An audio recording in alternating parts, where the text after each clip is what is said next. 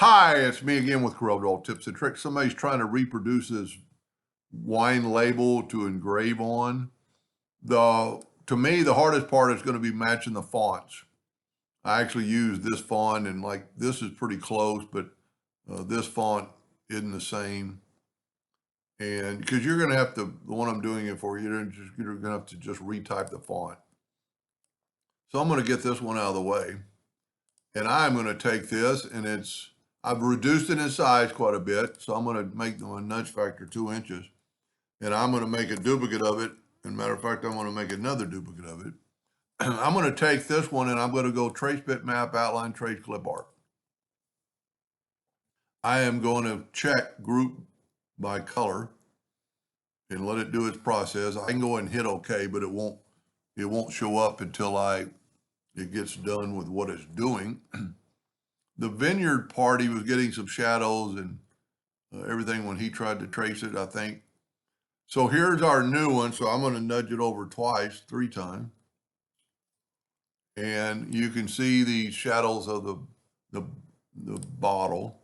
Now, from here on out, do not move it, nudge it, because that way we can type our font in the right place. I'm going to go to group and I'm going to ungroup. And then I'm going to grab this gray, and I'm just watching for the vineyard to see if it deletes. Now, watch what happens if I delete this. It deleted some of the vineyard, some of the shadowing of the plant, so that's really okay. I'm going to go to Object now and ungroup all, and then I'm going to try to delete this, and I get it. So now I have pretty much everything I want. But instead of trying, I need this open up. I think it would make it look better.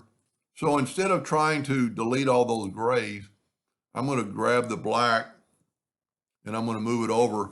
And you can see I've left out some of the parts of the house or the building. But I've gotten rid of all this trash. Now I could probably take that and put it back if you wanted. Just personal preference.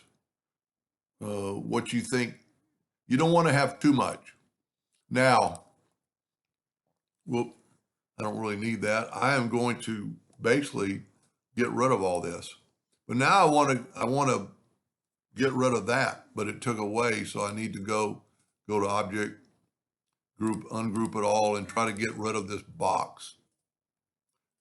I don't really want the font in here, so I'm going to get rid of it. Now, I've nudged it, remember, but now I'm going to take a rectangle, and I'm going to go from about right there to right there. I'm going to make it red so we can see it. And the picture is a little bit tilted, but I'm going to go up to Object and convert it to a curve, get the Shape tool, grab the top 2 nodes, right-click, and turn them into a curve. Then I'm going to do it again, and I'm going to right-click, and I'm going to go right here to add, and it put a node right in the middle. Well, now I'm going to select all these. I'm going to right-click and turn it into it's already a curve, so it's going to work. Then you're just going to have to go and kind of just make this kind of about the shape of the label. And I'm pretty happy with that. You could, the one I'm doing it for, you could tweak it a little bit more. But now I want that, and I can see it's off a little bit. Let's see what happens when we delete this node now. That makes it a little bit more even. But to get it on bottom and top, I'm going to, with our object origin in the center, I'm going to Control D to make a duplicate and then flip it. And what that did, that gave us that arc on both sides. I'm going to take the Smart Fill tool, fill it in, left click, no fill, right click, outline, click off of it to get our number, and I'm going to pick a thickness.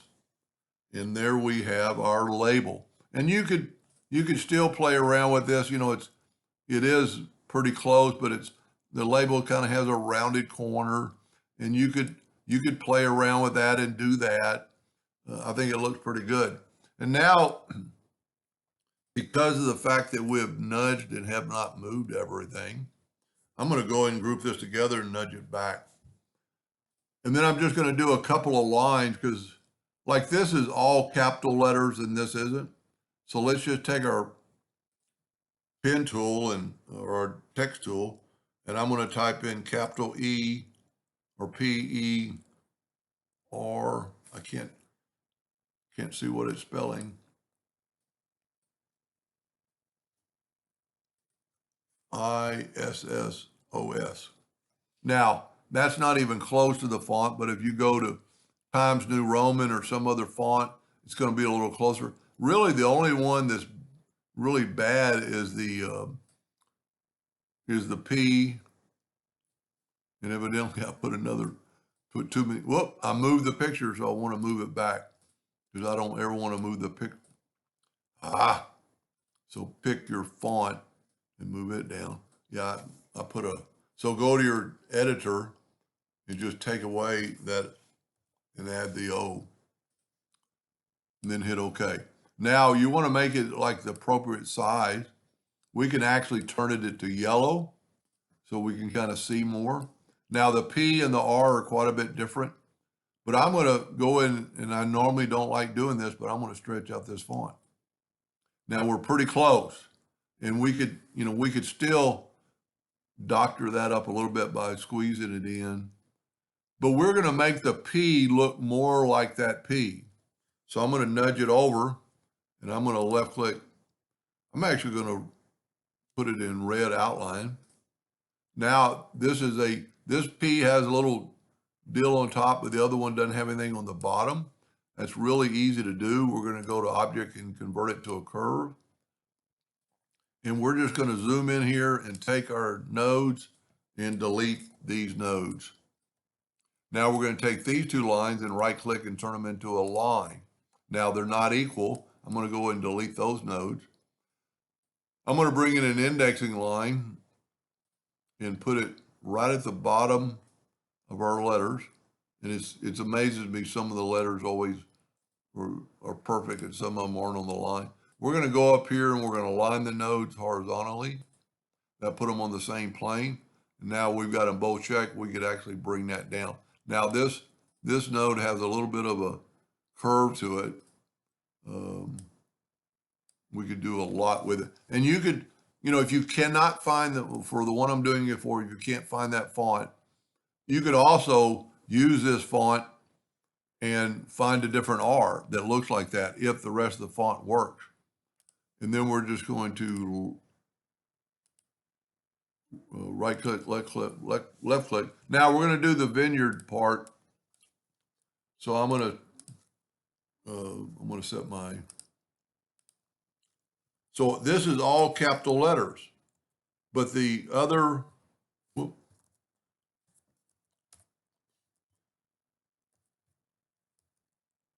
I can't type.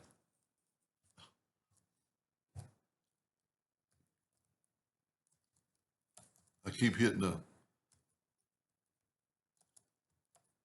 capital sign. Now, if you notice, all the first letters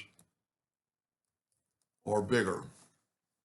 So what we can do, we can stretch this out, get it appropriate size. We're going to squish it a little bit, which I really don't like doing.